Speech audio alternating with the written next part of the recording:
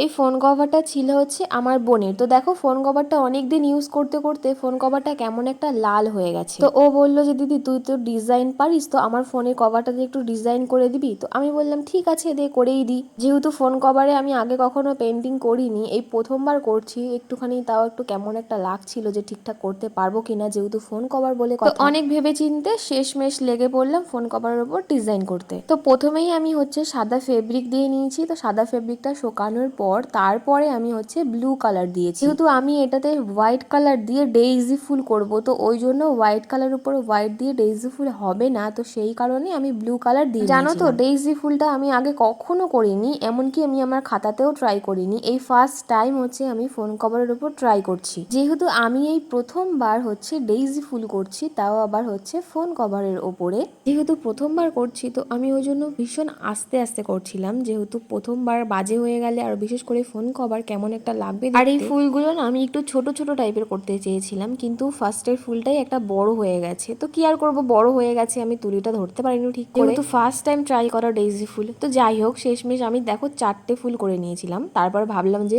আরেকটু জায়গা ফাঁকা আছে, তো ওই জন্য আমি আরেকটা ফুল করে নিয়েছিলাম। যেহেতু ফোন কভার একটু ভরাট হলে বেশ দেখতে ভালো লাগবে।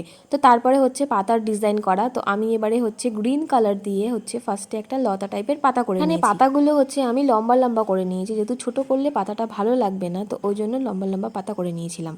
তো এবার হাইলাইট করার পালা। তো আমি এখানে ইয়েলো কালার দিয়ে হাইলাইট করে নিয়েছিলাম, আর এখানে আমি পাতাগুলো একটু বেশি দিয়েছি যেহেতু দেখতে ভালো লাগবে। তো যাই হোক শেষমেশ দেখো আমার ফোন কভারটা পুরোপুরি টোটালি রেডি হয়ে গেছে। তো তোমাদের কেমন লাগলো ফোন কভারটা আমাকে অবশ্যই জানিও। তো আজকের মতো ভিডিওটা আমি এখানেই স্টপ করব।